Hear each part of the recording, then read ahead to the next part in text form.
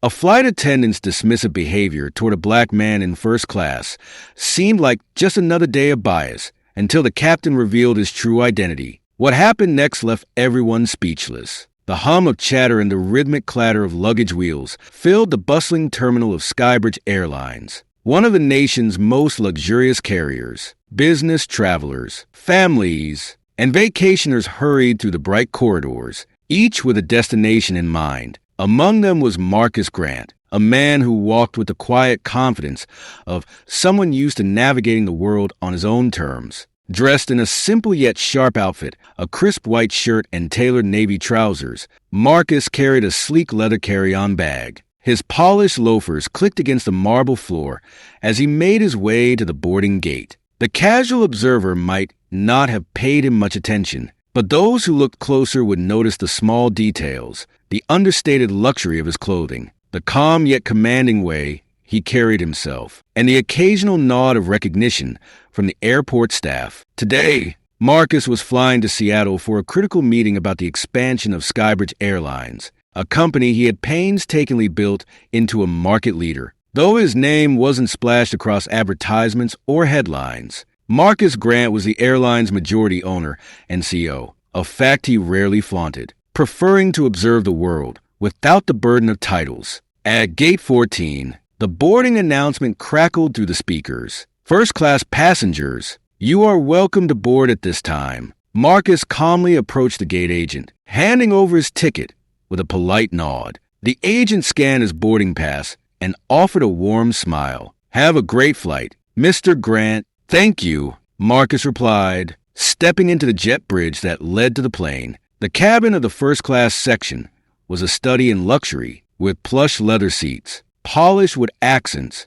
and soft ambient lighting. Marcus chose his seat near the window, placing his bag neatly in the overhead compartment before settling in. As he leaned back, a faint smile crossed his face. Flying always gave him a sense of clarity, a moment to reflect before tackling the challenges ahead. Passengers continued to board, and the first-class cabin began to fill with professionals in tailored suits, couples on lavish vacations, and a few frequent flyers who exchanged knowing nods with the flight attendants. Then she arrived. Samantha Davis, one of the lead flight attendants for this route, strode down the aisle with practiced ease. In her crisp uniform and perfectly coiffed hair, Samantha carried herself with an air of authority. But beneath her polished exterior lay a tendency to judge, a habit that often colored her interactions with passengers she deemed undeserving of first-class service. Her eyes scanned the cabin, pausing briefly on Marcus. Something in her expression shifted, subtle but unmistakable. She hesitated, then continued her routine,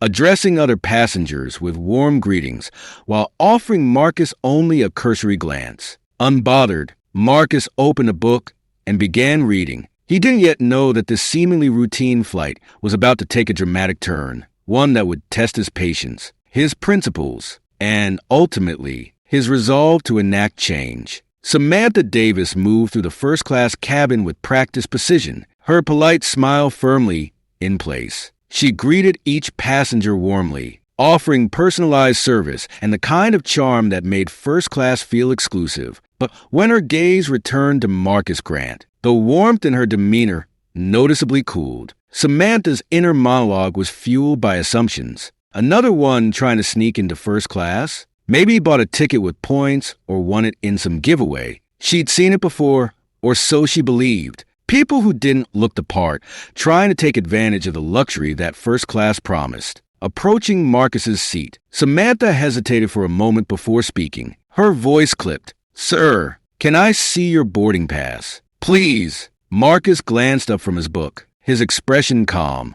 Without a word, he handed her the pass he had neatly folded in the seat pocket. Samantha's eyes scanned the ticket, her brows knitting slightly as she verified his seat assignment.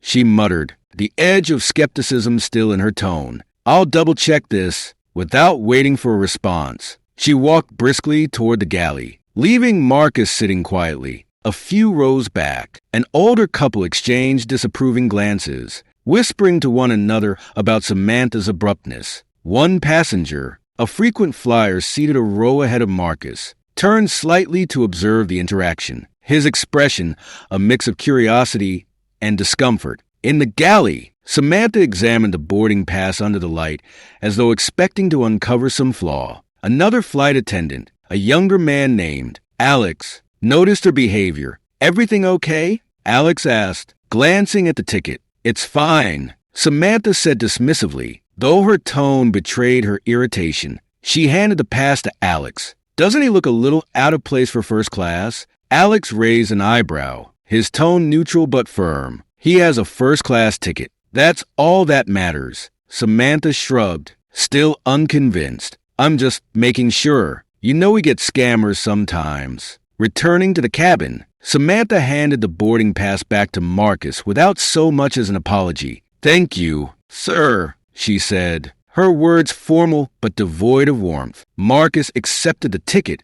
without a word, his calm demeanor unchanged. He returned to his book, but the subtle shift in his posture hinted that he had taken note of Samantha's attitude. Throughout the pre-flight preparations, Samantha's microaggressions continued. While other passengers were offered champagne and personalized service, Marcus was conspicuously overlooked. When he requested a glass of water, Samantha's response was curt. "We'll get to that when we can." The tension in the cabin began to grow, with some passengers clearly noticing Samantha's behavior. One woman leaned over to her husband and whispered, "Why is she treating him like that?" As the plane taxied toward the runway, Marcus remained composed. He knew confrontation was inevitable, but for now, he chose to observe. Samantha's assumptions had set the stage for what would become an unforgettable flight. As the flight reached cruising altitude, the first-class cabin settled into a quiet rhythm. The soft hum of the engines filled the air as passengers reclined their seats, sipped champagne,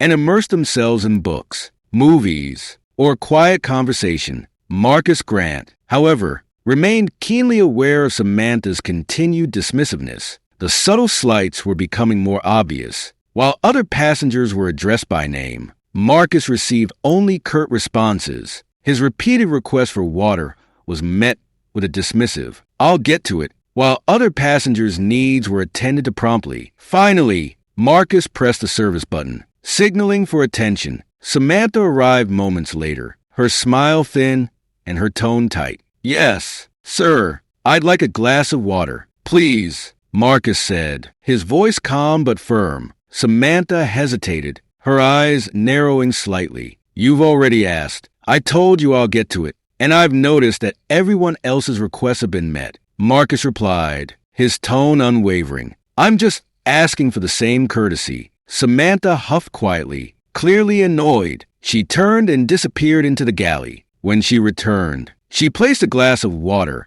on Marcus's tray table with exaggerated force. "There you go," she said, her words dripping with sarcasm. A few passengers nearby glanced at Marcus, some shaking their heads in disbelief at Samantha's behavior. Marcus maintained his composure, offering a quiet thank you before returning to his book. The situation escalated when the flight attendant returned to Marcus's row a short while later. She stood beside him, her arms crossed. "Sir," she began, her voice louder than necessary, "are you sure you're in the right seat? First class has certain standards." The cabin grew noticeably quieter as heads turned toward the exchange. Marcus slowly closed his book and looked up at her. "Excuse me? You heard me," Samantha said, her tone sharpened by condescension. "First-class seating is reserved for passengers who meet specific criteria. If you're not supposed to be here, you'll need to move to the appropriate section."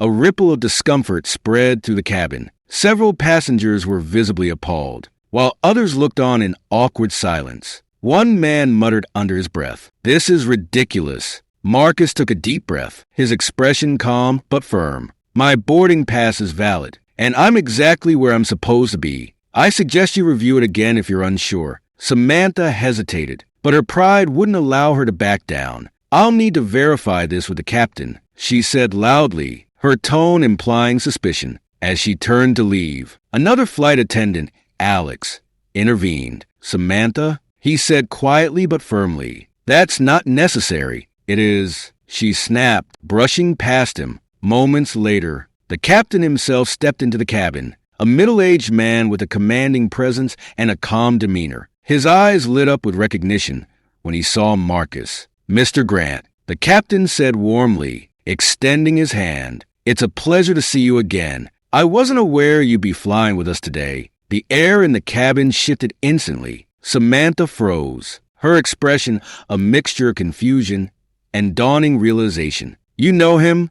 she asked, her voice faltering. The captain turned to her, his tone polite but firm. "Yes, I do. Mr. Marcus Grant is the majority owner of this airline." A stunned silence fell over the cabin. Passengers exchanged wide-eyed looks, and Samantha's face drained of color. "I see," she stammered, her voice barely audible. Marcus stood, adjusting his jacket as he addressed Samantha directly. "It seems you've made a number of assumptions today. I'd suggest we discuss this further in private." Samantha nodded numbly, her previous arrogance replaced by visible panic. Marcus turned to the captain and thanked him before following Samantha to the galley, the tension in the cabin palpable as the other passengers whispered among themselves. The cabin was thick with tension as Samantha's accusatory remarks lingered in the air. Passengers shifted uncomfortably in their seats, some whispering to one another about the flight attendant's behavior. Marcus remained composed, but his eyes reflected a quiet determination. Just as Samantha turned to leave, the captain of the flight, Captain Reynolds, entered the first-class cabin, a tall man in his late 50s with an air of authority. Reynolds exuded the calm confidence expected of a seasoned pilot. As his eyes scanned the cabin, they landed on Marcus, and a broad smile spread across his face. "Mr. Grant," Captain Reynolds greeted warmly, stepping forward with an outstretched hand. "It's good to see you again, sir." The sudden shift in the captain's demeanor caught everyone's attention. Samantha froze mid-step, her confusion evident as she turned to watch the interaction. Marcus stood, shaking the captain's hand firmly. "Good to see you too, Captain Reynolds," he replied. "How have things been running?" "Smooth as ever, thanks to you," Reynolds said with a respectful nod. "We've made great progress with the upgrades you suggested. I wasn't aware you were flying with us today. If there's anything you need, please don't hesitate to let me know." The murmurs in the cabin grew louder as realization began to dawn on the passengers. Samantha's face turned pale, her earlier confidence evaporating like steam. "Wait, Mr. Grant," she stammered, her voice shaky. The captain turned to Samantha, his expression serious. "Yes, Mr. Marcus Grant. He's the majority owner of Skybridge Airlines." The weight of those words hit Samantha like a freight train. Her mouth opened and closed as she struggled to find the right words. I didn't realize." Marcus's expression remained calm, though his eyes betrayed a hint of disappointment. "That much is clear," he said, his tone measured but firm. The passengers watched intently, some exchanging incredulous looks, others shaking their heads at Samantha's behavior. One elderly woman whispered, "Serves her right," as another man nodded in agreement. Samantha's earlier arrogance was now replaced with visible panic. "Mr. Grant, I'm so sorry," she began, her voice trembling. "I didn't mean to." Marcus held up a hand, silencing her apology. "Let's discuss this in private," he said, his tone leaving no room for argument. Samantha nodded, her cheeks flushed with embarrassment. She led the way to the galley, her steps hesitant and unsure. As they disappeared behind the curtain, the first-class cabin erupted into hushed whispers. "Did you hear that?" one passenger murmured. "He owns the airline. I knew she was out of line." Another said, "Good for him for keeping his cool." Meanwhile, Marcus's calm demeanor belied the storm brewing beneath the surface. This wasn't just about one person's behavior. It was about the larger issue of unchecked prejudice. As the cabin buzzed with speculation, Marcus prepared himself for a candid and necessary confrontation with Samantha. The galley was dimly lit and quieter than the bustling first-class cabin. Samantha stood stiffly by the counter, her hands clasped nervously in front of her. Marcus entered calmly, his posture upright, his expression unreadable. The door to the galley closed with a soft click, sealing them off from the curious eyes of the passengers. Samantha broke the silence first, her voice shaky but laced with desperation. "Mr. Grant, "I am so sorry. I didn't mean to offend you." Marcus raised a hand to stop her. "Samantha, this isn't the time for empty apologies," he said firmly. "I want to know what you thought you were doing back there." Samantha faltered, searching for an answer. I was just following protocol," she stammered. "Sometimes we get passengers in first class who don't belong there." Marcus interjected, his voice calm but pointed. Samantha's face turned crimson. "That's not what I meant," she said quickly. "I was just trying to make sure everything was in order. You have to understand. I didn't know who you were." Marcus leaned forward slightly, his tone growing sharper. "And what if I wasn't the owner of this airline? Would that have made your behavior acceptable?" Samantha blinked, her mouth opening and closing as she struggled to form a response. "You ignored me, dismissed my requests, and went out of your way to make me feel unwelcome," Marcus continued, his voice steady but firm, "all while providing excellent service to everyone else in the cabin. Explain to me how that aligns with the standards of this airline." Samantha's defenses began to crumble. "I didn't mean anything by it," she said weakly. "I wasn't trying to single you out." Marcus shook his head. "Intentions mean very little when the impact is this harmful," he said. "Your actions weren't just unprofessional. They were discriminatory, whether you admit it or not. You made assumptions about me based on how I look. That's not something I can overlook." Samantha's eyes filled with tears. "Please, Mr. Grant, I'm not a bad person. I was just trying to do my job." "Your job," Marcus interrupted, his voice growing colder, "is to treat every passenger with dignity and respect. That's the bare minimum, Samantha.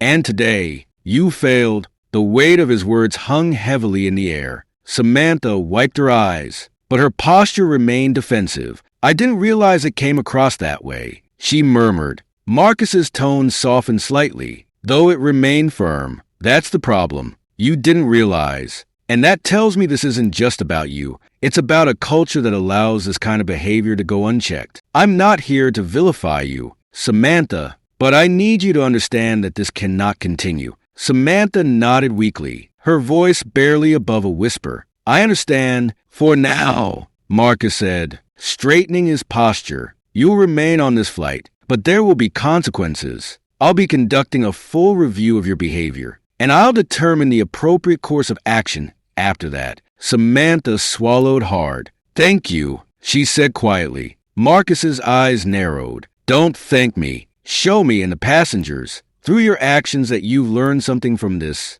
With that, Marcus turned and exited the galley, leaving Samantha standing alone, the weight of her actions pressing down on her. As Marcus returned to his seat, the passengers watched him with a mix of respect and curiosity. The confrontation was over, but Marcus knew this was only the beginning of a much larger battle. As the plane descended toward its destination, a heavy silence lingered in the first-class cabin. The earlier tension from the confrontation in the galley was palpable, with passengers stealing glances at Marcus and Samantha, who now moved through the aisles with a subdued demeanor. When the plane touched down and the captain announced their arrival, Marcus unbuckled his seatbelt and stood, his calm presence immediately drawing attention. He turned to the first-class cabin, addressing the passengers with a steady, composed tone. "Ladies and gentlemen, thank you for your patience during this flight." Marcus began, his voice cutting through the murmurs.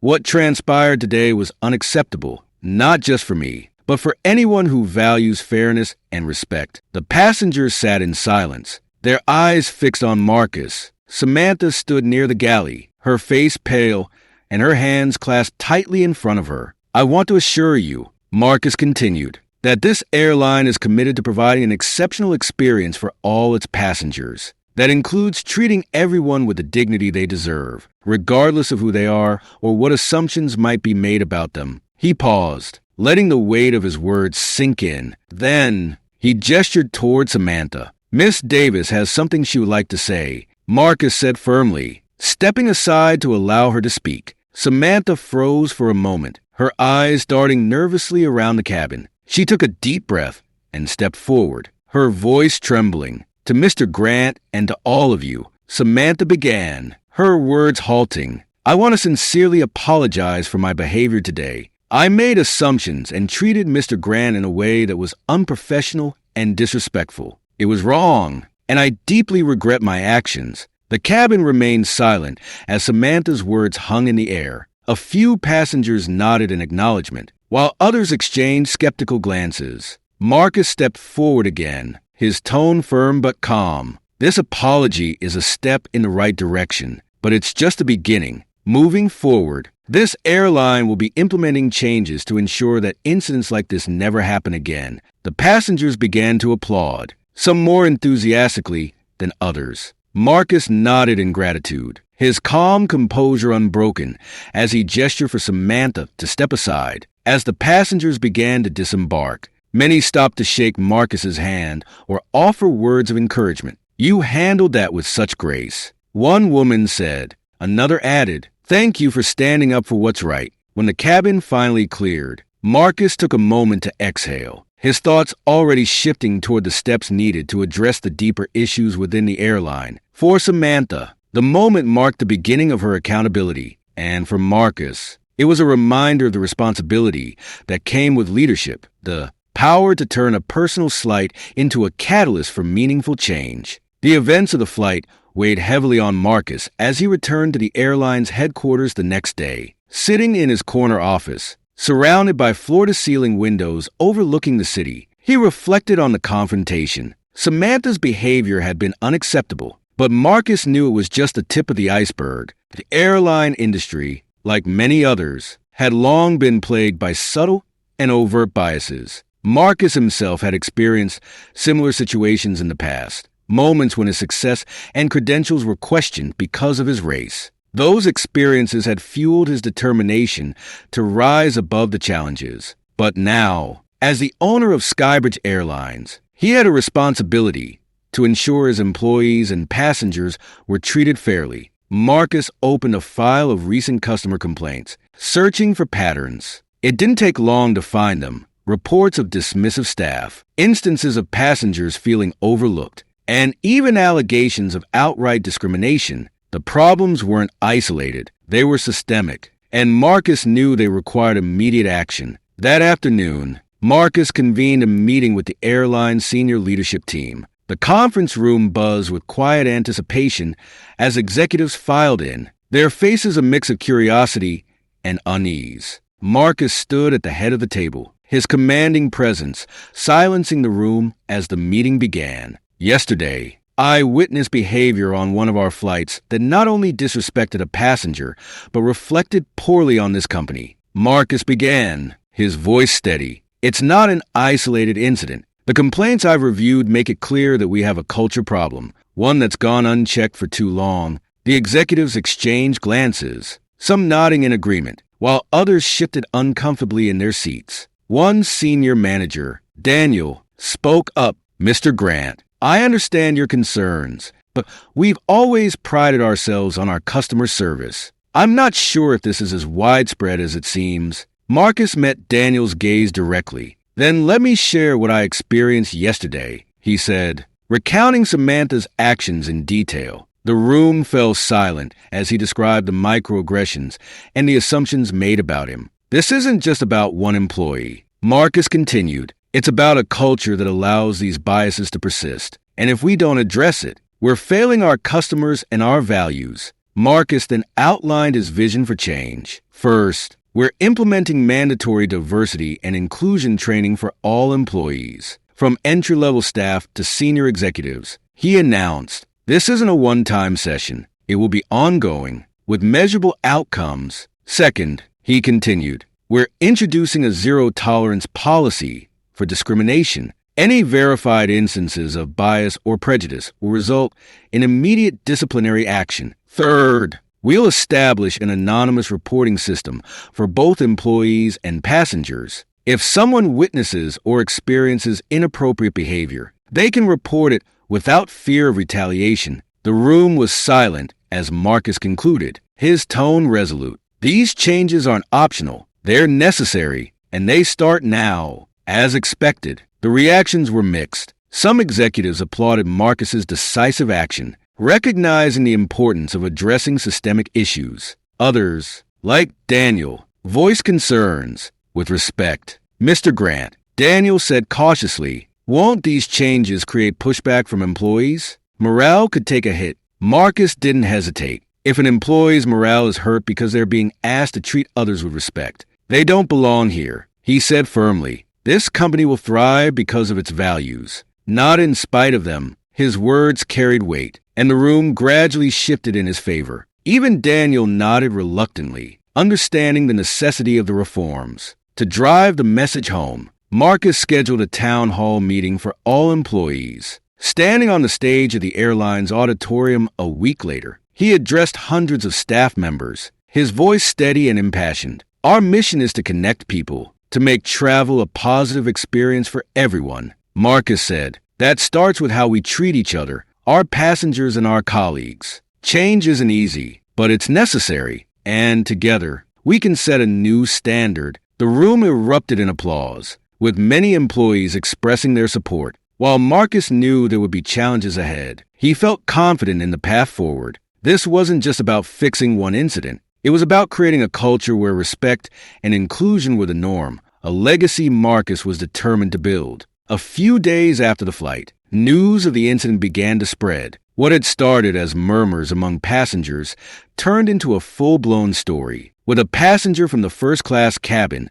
posting a detailed account on social media. The post went viral. It described Samantha's dismissive behavior, Marcus's calm demeanor, and the powerful moment when the captain revealed his true identity. The caption read, "The owner of the airline stood up to bias without losing his composure. A lesson for us all." Media outlets quickly picked up the story, with headlines like "Airline CEO confronts discrimination on his own flight" and "Skybridge Airlines owner takes a stand against bias in the skies." News anchors praised Marcus for his poise and commitment to addressing systemic issues within his company. While much of the coverage was positive, there was also criticism. Some commentators argued that the focus on Samantha's behavior was overly harsh, while others questioned whether the airline's internal policies had allowed such behavior to persist in the first place. Marcus welcomed the scrutiny. To him, it was an opportunity to highlight the need for change, not just within his airline, but across the industry. As the story gained traction, Marcus decided to address the public directly. He released a statement through the airline's official channels, acknowledging the incident and outlining the steps being taken to ensure it wouldn't happen again. At Skybridge Airlines, we strive to create an environment where all passengers feel respected and valued. The statement read, "What occurred on Flight 372 was unacceptable and a stark reminder that we must do better." Effective immediately, we are implementing new policies to address bias and promote inclusivity, starting with mandatory training for all employees. The response was overwhelmingly positive. Customers praised the airline for taking responsibility, and many expressed their support for the changes Marcus was enacting. Marcus didn't stop there. He partnered with several community organizations to launch initiatives promoting diversity and inclusion within the airline industry. Skybridge Airlines began offering scholarships for underrepresented groups pursuing careers in aviation and introduced mentorship programs for young professionals from marginalized communities. These efforts garnered widespread acclaim. Advocacy groups applauded the airline's commitment to systemic change, and passengers began sharing their positive experiences with Skybridge's staff, creating a ripple effect of goodwill. The media buzz also had an internal impact. Employees at Skybridge Airlines, many of whom had felt powerless to address workplace issues, began to feel a renewed sense of purpose. Stories of Marcus's leadership circulated among staff, inspiring them to embrace the changes he was championing. For Marcus, the media coverage and community response were important, but they weren't the end goal. This wasn't about public relations or boosting the airline's image. It was about ensuring lasting change. The incident on the flight had been a painful reminder of how far the industry still had to go, but it had also ignited a movement toward progress. As Marcus reflected on the journey so far, he felt a sense of hope. The road ahead would be challenging, but for the first time, it felt like the industry was moving in the right direction. The fallout from the incident hit Samantha Davis hard. Upon returning to the airline's headquarters, she was summoned for an internal review. the Human Resources Department, along with Marcus Grant himself, conducted a thorough investigation into her actions. During the review, the evidence was undeniable. Her treatment of Marcus on the flight, her dismissive tone, and the stark disparity in how she interacted with him compared to other first-class passengers. Witness statements from passengers and staff painted a consistent picture of her behavior, leaving little room for defense. The decision was swift. Samantha was suspended without pay, with the condition that she complete an extensive diversity and inclusion training program before being considered for reinstatement. It wasn't just about punishment. It was about providing her with the tools to confront her biases and learn from her mistakes. Marcus addressed the staff in a memo shortly after the decision was finalized. "This is not about vilifying one individual," he wrote. "It's about accountability. Samantha's actions were unacceptable, but we also bear responsibility as an organization to foster a culture where such behavior is unthinkable. Change starts with all of us." For Samantha, the suspension was a wake-up call. At first, she struggled with feelings of resentment and humiliation. She told herself she had been unfairly singled out, that her actions hadn't been as serious as everyone made them out to be. But as days turned into weeks, the training program forced her to confront uncomfortable truths about her behavior. The training sessions included role-playing exercises, lectures on implicit bias, and discussions about the impact of microaggressions. Samantha initially resisted, but slowly she began to understand the harm her actions had caused, not just to Marcus, but to countless others who had likely faced similar treatment. One exercise in particular left a lasting impact. Participants were asked to imagine themselves in the shoes of someone constantly underestimated or unfairly judged based on their appearance. For Samantha, the exercise was eye-opening. She realized how often she had made snap judgments about others, and how those judgments had shaped her interactions. By the end of the program, Samantha wasn't the same person who had stood in the galley, trying to justify her actions to Marcus. She wrote a letter to him, expressing her remorse. "I now see how my actions reflected not just my own biases, but the larger issues within our society," she wrote. "I am deeply sorry for the disrespect I showed you and for the pain it may have caused. I am committed to doing better." Whether Samantha's transformation was genuine or simply a response to the consequences she faced was left ambiguous.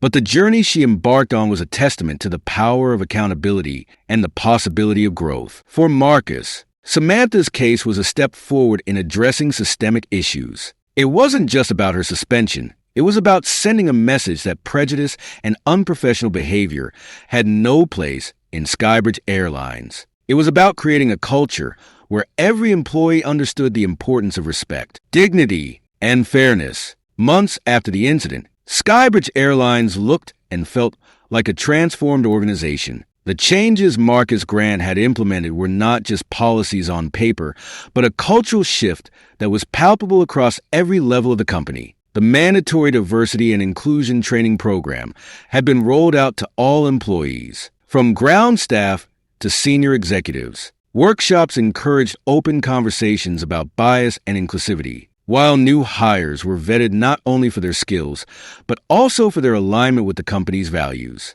A zero-tolerance policy for discriminatory behavior was prominently displayed in employee handbooks and reinforced during onboarding sessions. Marcus walked to the airline's headquarters one morning, his eyes scanning the bright, bustling office. The energy was different now, collaborative, respectful, and forward-looking. Employees greeted him warmly, and he could see a renewed sense of pride in their work. Skybridge Airlines' commitment to change extended beyond its staff. Marcus had partnered with community organizations to sponsor scholarships for underrepresented students pursuing careers in aviation. The airline hosted mentorship programs, inviting high school and college students to learn about opportunities in the industry. In the airports, the difference was clear. Passengers of all backgrounds shared stories of positive interactions with staff, many remarking on the respectful and inclusive atmosphere. Customer satisfaction scores had risen, and Skybridge was becoming known as a leader in setting the standard for equity in the airline industry. One day, Marcus found himself on another flight, seated in first class. The cabin crew was attentive and professional, treating every passenger with warmth and courtesy. As Marcus sipped his coffee and watched the sun rise above the clouds, he couldn't help but reflect on how far the airline had come. He thought about Samantha Davis. Her letter of apology and completion of the training program had demonstrated genuine effort, though her return to work had been a quiet one. While Marcus hadn't spoken to her directly since the incident, he trusted that the systems now in place would guide her and others toward sustained accountability. As the plane touched down and passengers began to disembark, an older man approached Marcus. "Excuse me," he said, extending his hand. "I just wanted to thank you. I've been flying for years, and it's clear your airline is different, better. You've created something special." Marcus shook the man's hand, a warm smile spreading across his face. "Thank you," he replied. "That means a lot." The interaction reinforced what Marcus already knew. Change was possible, but it required leadership, accountability, and a commitment to action. The challenges he had faced, from the prejudices he'd endured to the systemic issues he was now addressing, had shaped him into a leader capable of inspiring transformation. As Marcus exited the plane and stepped into the terminal, he felt a deep sense of pride. Skybridge Airlines wasn't just his company. It was a symbol of what could be achieved when people chose integrity over indifference and action over complacency.